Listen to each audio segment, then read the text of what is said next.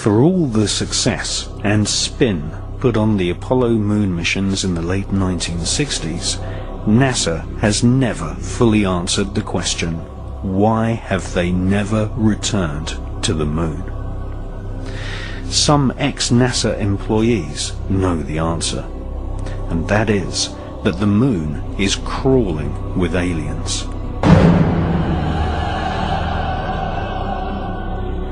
And that NASA astronauts confirmed this in the 1970s, leading many UFO researchers to conclude that NASA had been warned off ever returning to the lunar surface. UFO activity on the moon was nothing new to the ex-Nazis who engineered the Apollo moon missions. For centuries, astronomers all over the world, including Nazi Germany, had been reporting UFOs flying over the lunar surface.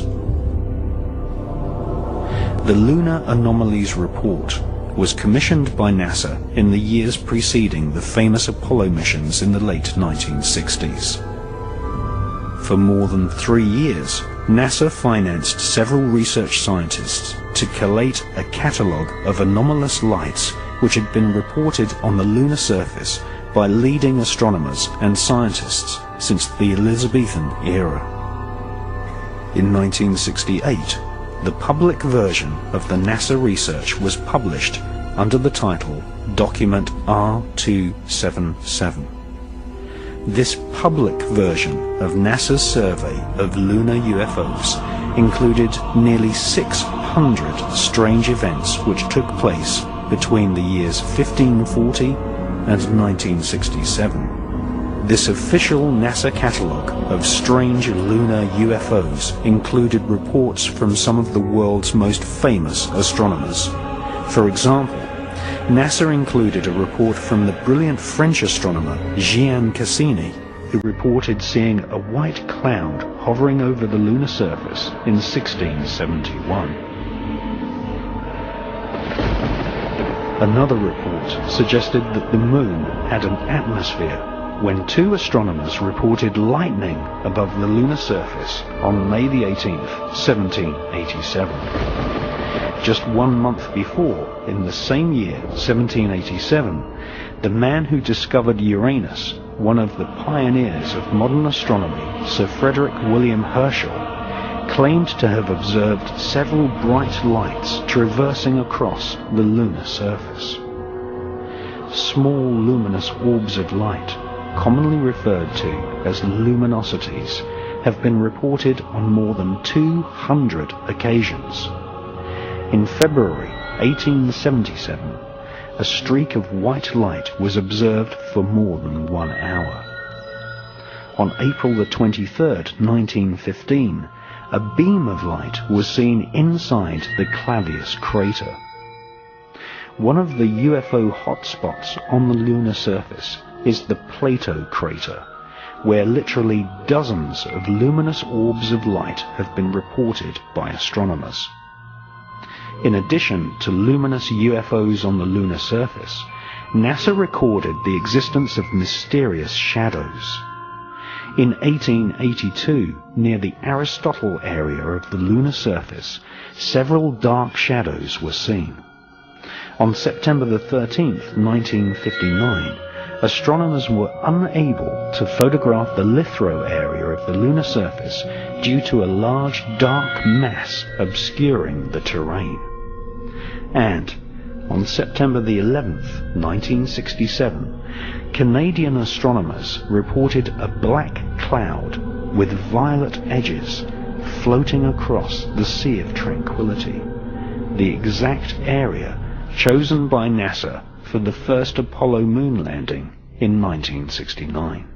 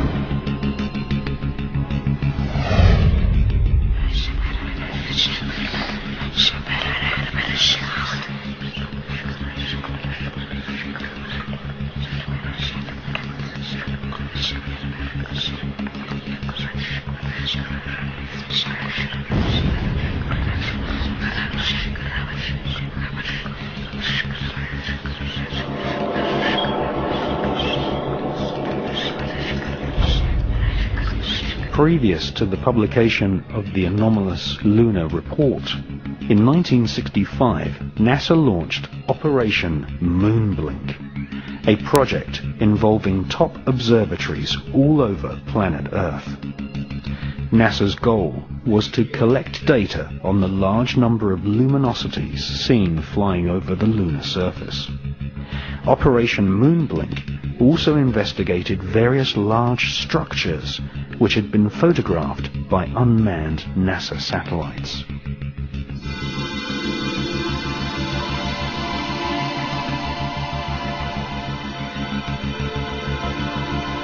Some of these structures looked suspiciously artificial.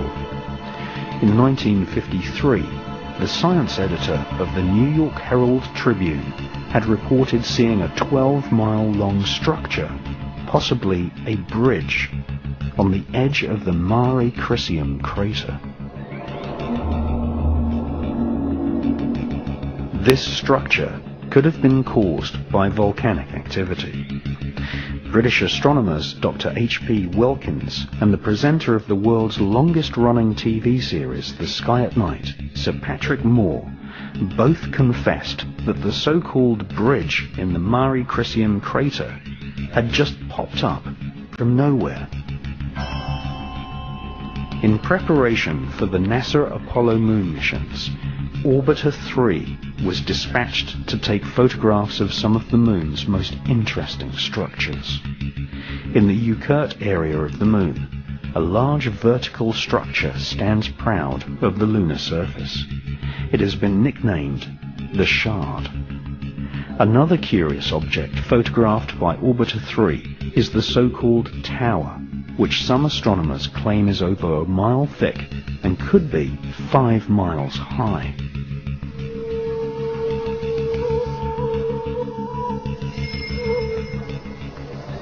After looking carefully through hundreds of NASA photos returned to Earth by Orbiter 3 and its predecessor, Orbiter 2, American author George Leonard published a book called Somebody Else is on the Moon. George Leonard presented many photos in his book, some showing very long tracks in the lunar dust, tracks which he said had been made by aliens.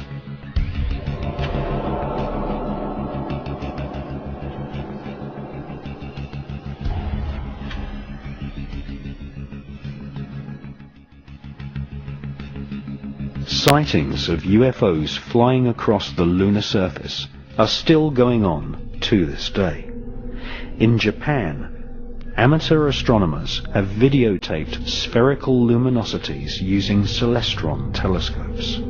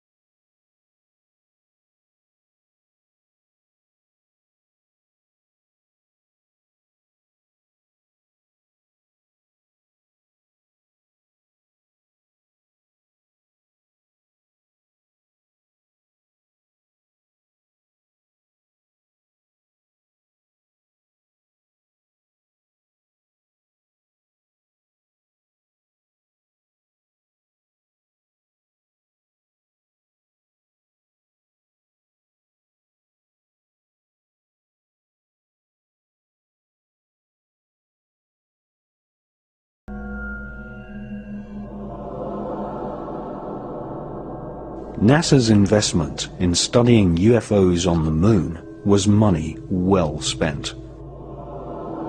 Two ex-NASA mission specialists exposed in the 1970s that NASA astronauts had informed Mission Control that they had seen alien spaceships on the lunar surface. In 1976, an ex-NASA employee, Otto Binder, accused NASA of censoring transmissions from the Apollo astronauts by switching to secret radio frequencies and using code names for UFOs. Otto Binder claimed that he had heard an Apollo astronaut tell Mission Control that there were huge alien spaceships parked on the lunar surface, right in the middle of the Sea of Tranquility, which had been chosen as the landing site for Apollo 11.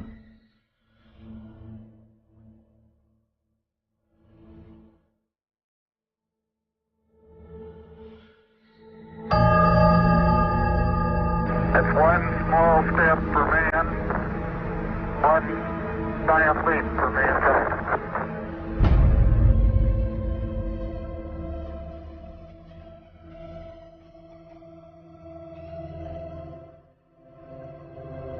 Few people took Otto Binder's account seriously, until another ex-NASA employee, a Moroccan named Maurice Chatelain, published a book in 1978 in which he claimed that two UFOs hovered above the Sea of Tranquility just before the historic moonwalk of Neil Armstrong.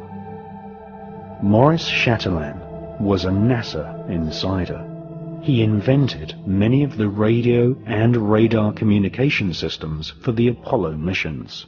He had 11 patents awarded for his inventions and had a high-level NASA security clearance, able to talk freely with senior NASA officials.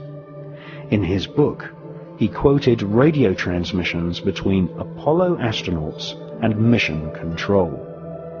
According to Maurice Chatelain, the astronauts informed NASA that there were alien spacecraft lined up on the far side of a nearby crater, observing the historic moonwalk of Neil Armstrong. During his time working on the Apollo space program, Chatelain learnt that aliens not only exist, but that they have had a major role in shaping, and in some cases destroying, civilization. The title of Maurice Chatelain's book proves he was in no doubt that aliens had invaded planet Earth in the past.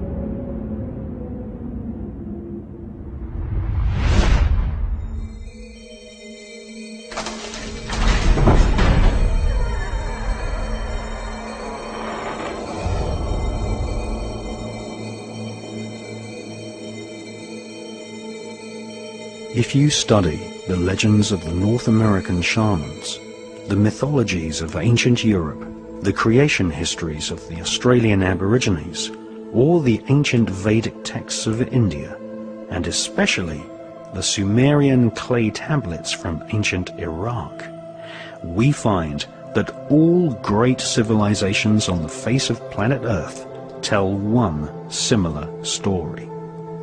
That is, in the distant past, people from the stars visited planet Earth and displayed fantastic technology.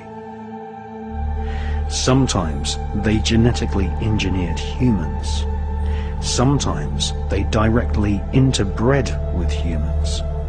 These so-called sky gods always visited in spectacular flying vehicles.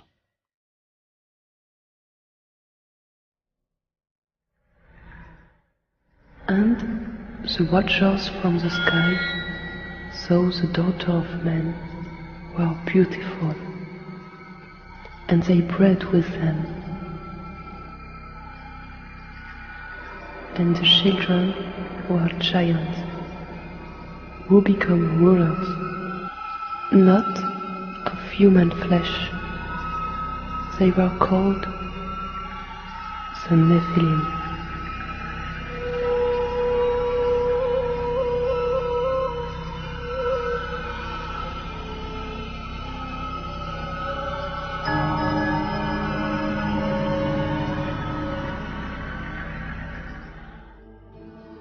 The most ancient written texts on planet Earth date from the Indus Valley and make up a corpus of works called the Vedas. The Bhagavad Gita is an ancient Hindu text which is at least 5,000 years old. This epic mythology inspired the character known as Darth Vader in the Star Wars movies. The Bhagavad Gita described many gods of the stars flying down to planet Earth in alien spacecraft called Vimanas. The ancient Vedas tell us that there are multiple inhabited planetary systems in the universe called Devas, which are ruled by a universal government of beings with superhuman powers and technology, including the power of telepathy and nuclear weapons powerful enough to destroy an entire planet.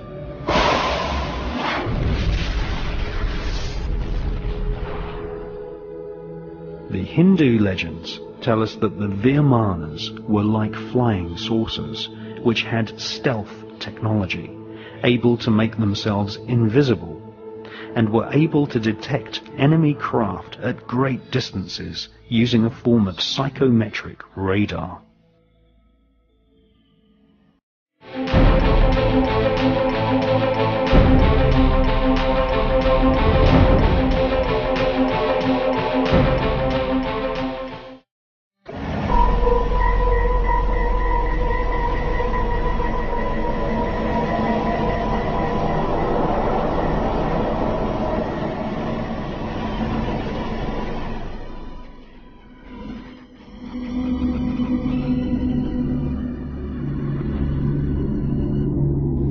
The most ancient text of Central America is the Popol Vuh, written by the Mayans who charted the heavens and had astronomical calendars which predicted solar and lunar eclipses. The Popol Vuh describes the ancestors of the Mayans as great explorers who knew centuries before European scientists that the Earth was not flat, but in actual fact a sphere.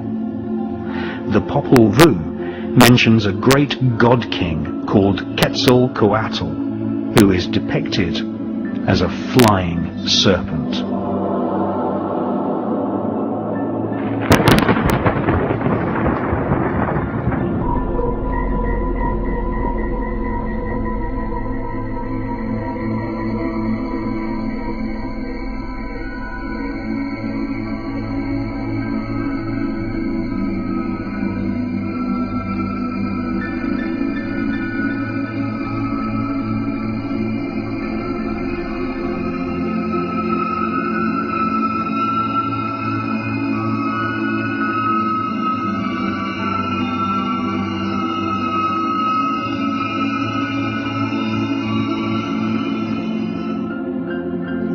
On more than 3 different occasions, in broad daylight, people have filmed flying serpents in the skies above Mexico. The same phenomena has also been filmed in Scotland, and also from aboard the space shuttle by veteran astronaut Story Musgrave.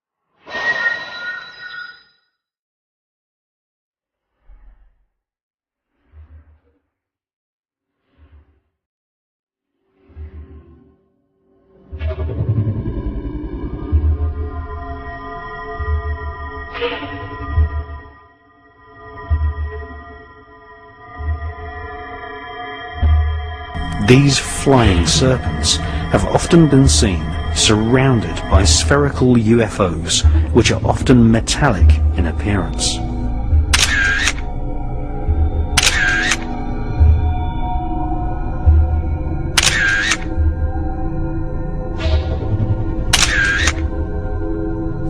Mexican UFO investigators call these spherical luminosities Las Perlas, or the Pearls.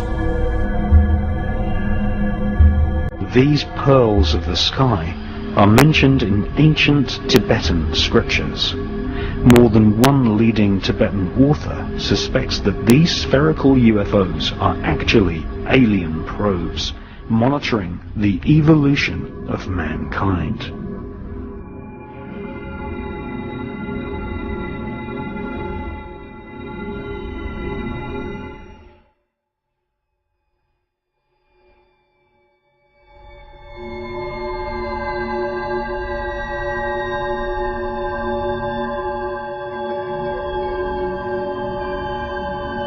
These small spherical UFOs, which are the most common type of UFO filmed in the skies worldwide, are described in the ancient Buddhist text known as the Kantua. The Kantua describes the exact same spherical UFO phenomena which has been filmed in the skies above London, in Scotland, the south of France, and also many times in Mexico.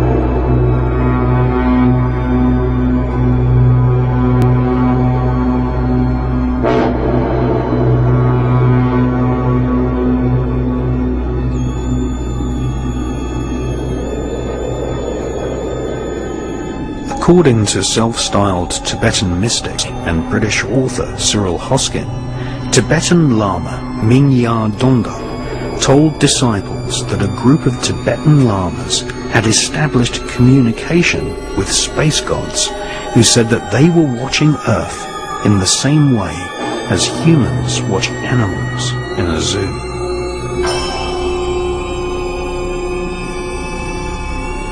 A royal document dating back to the 7th century states that the first 7 Tibetan kings came from the stars.